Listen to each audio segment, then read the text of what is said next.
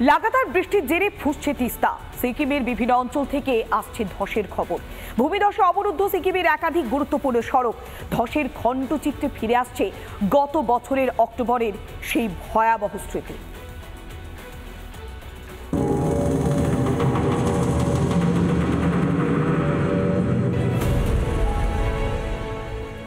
লাগাতার বৃষ্টির জেরে আলগা হচ্ছে মাটি। বিভিন্ন এলাকায় ভূমিধসের জেরে ফের বিপর্যস্ত সিকিম। বিপর্যয় ক্রমশ নামছে উত্তরবঙ্গে।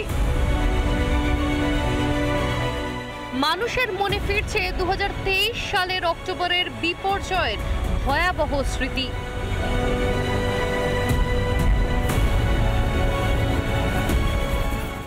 এই ছবি ভয় ধরাচ্ছে উত্তরবঙ্গবাসীদের মনেও। গত বছর সিকিমের মেঘ ভাঙা বৃষ্টির ফলে কিন্তু প্লাবিত হয়েছিল এই গজলডোবা সংলগ্ন বিভিন্ন এলাকা। ইতিমধ্যে কিন্তু এই গজলডোবা সংলগ্ন বিভিন্ন এলাকাতে কিন্তু প্রশাসনের নজরদারি চলছে, পাশাপাশি তৈরি রাখা হয়েছে SDRF-কে। সিকিমের পক্ষেপ মনেস্ট্রির কাছে ভূমিধসের কবলে একাধিক বাড়ি। এখনো পর্যন্ত 3 জনের মৃতদেহ উদ্ধার হয়েছে বলে জানা গিয়েছে। ভূমিধসে বন্ধ সড়ক, বন্ধ মঙ্গন রোড, স্তব্ধ গ্যাংটকগামী রাস্তা, সিংটাম যাওয়ার রাস্তাও বন্ধ। সাংকালাং ব্রিজের কাছে নেমেছে ধস, বিচ্ছিন্ন জঙ্গু এলাকা। ভূমিধসে ক্ষতিগ্রস্ত চাঁদেও, গিয়াথাং ও লিংডং এর বিস্তীর্ণ এলাকা। ধসে চাপা পড়েছে আম্বিথাংয়ের বেশ কয়েকটি বাড়িও। বেশ কিছু এলাকায় নেই নেটওয়ার্কও। ব্যাপকভাবে ব্যাহত জনজীবন। দার্জিলিং সহ জলপাইগুড়ি, আলিপুরদুয়ার, কোচবিহার এই 4 জেলাতে কিন্তু অতি ভারী বৃষ্টির সম্ভাবনা রয়েছে, এমনটাই কিন্তু জানিয়েছিল আবহাওয়া দপ্তর। পাশাপাশি উত্তর দিনাজপুর, দক্ষিণ দিনাজপুর, মালদা এই জেলাগুলোতেও কিন্তু ভারী বৃষ্টির সম্ভাবনা রয়েছে।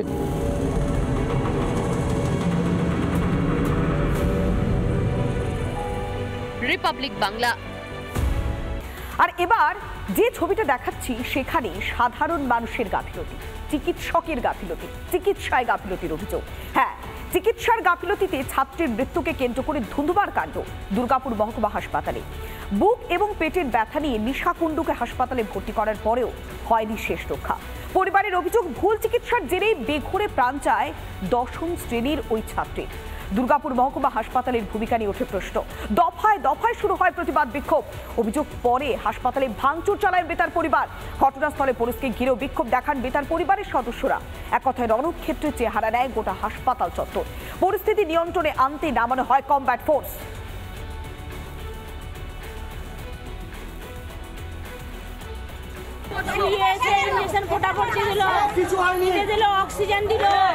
অক্সিজেনটাও চলছে কি না চলছে, কখনো বলছে খারাপ, কখনো বলছে ভালো, তারপর দিয়ে দিল, আবার এসে ইনজেকশন দিল, দিয়ে বলছে আমরা ডিসচার্জ করছি।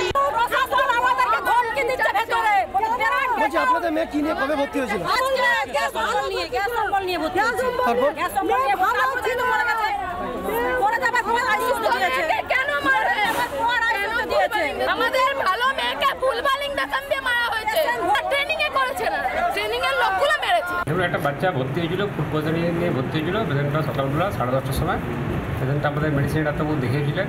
দেখে পরে যথাযথ চিকিৎসা দিয়েছিলেন। হঠাৎ করে পেশেন্টটা ডিটোরিয়েট করে পরে পেশেন্টটা মানে বেরিয়ে এক্সপায়ার করে বা খুব বাজে কন্ডিশন হয়ে করে শিশুতে পাঠানো হয়েছিল বা শিশুতে ডেথ হয়ে গেছে পেশেন্টটা। এরকম তো নয়, ট্রেনিং নার্স, দেখুন ট্রেনিং নার্সকে ব্যবহার করা এরকম টাইপের নয়, ব্যবহার করা হচ্ছে এরকম নয়। কিন্তু ট্রেনিং নার্সরাও তো আমাদের একটা ইনস্টিটিউট, এটা তো ওরা তো এরকম নয় যে আপনার হঠাৎ করে সেগুলো আমাদের কাছে ট্রেনিং করছে। আমাদের একটা ইনস্টিটিউট, তো ট্রেনিং মানুষ তো থাকবেই। পরিস্থিতি তৈরি হয়েছে বর্তমান কয়েকদিনে সিকিমে ভারী থেকে অতি ভারী বৃষ্টির জের। আর সেই জল ঝড়ের বেগে নেমে আসছে উত্তরবঙ্গের সমতলে। বর্ষার শুরুতেই ফুলে ফেপে উঠেছে তিস্তা। মনে করাচ্ছে গত বছরের বিপর্যয়ের সেই হাড় হিম করা ছবি। আগামী 2 দিন সিকিমে ভারী বৃষ্টির পূর্বাভাস শুনিয়েছে হাওয়া অফিস। নতুন বিপর্যয় ডেকে আনবে না তো তিস্তা? আশঙ্কায় প্রহর গুনছে উত্তরবঙ্গবাসী।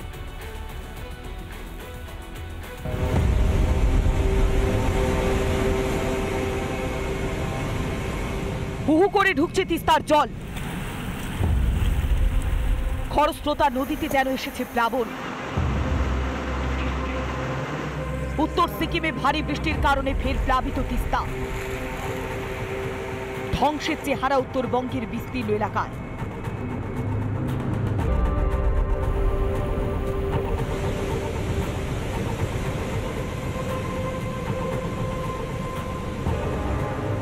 खतरा होता है, खतरा लगता है। इस हिसाब से जो हिसाब से अभी बारिश नहीं हुआ तब इतना पर आ गया नदी। अगर बारिश का मौसम फुल मौसम होने से तो बहुत मुश्किल है, बहुत त्राही हो जाएगा। सरकार को चाहेंगे हम लोग को जगह जमीन दीजिए और कम्पनसेशन दीजिए। ইতিমধ্যে এই তিস্তা নদীতে কিন্তু লাল সতর্কতা জারি করা হয়েছে, কারণ যে পরিমাণে জল আসছে তাতে কিন্তু এই যে তিস্তার যে চর এলাকাগুলো রয়েছে, নদীর পাড়ে যে সমস্ত মানুষগুলো বসবাস করে, তাদের জন্য যথেষ্ট ভয়াবহ পরিস্থিতি হতে পারে। সেই কারণেই কিন্তু ইতিমধ্যে প্রশাসনের পক্ষ থেকে কঠোর ব্যবস্থা নেওয়া যেমন হয়েছে। 23 অক্টোবরও একই ছবি দেখা গিয়েছিল তিস্তায়। প্লাবিত হয়েছিল বিস্তীর্ণ অঞ্চল। এবছরও একই ঘটনার পুনরাবৃত্তি। তিস্তার জলস্রোতের জেরে ক্ষতিগ্রস্ত উত্তর সিকিমের মঙ্গন এলাকা। একইভাবে ক্ষতিগ্রস্ত বাংলা সীমান্তের কালিম্পং জেলার তিস্তা বাজার। বিপর্যয়ের ফলে কালিম্পং থেকে দার্জিলিং যাওয়ার রাস্তা সম্পূর্ণভাবে বন্ধ। নিরাপদ স্থানে সরানো হয়েছে স্থানীয়দের।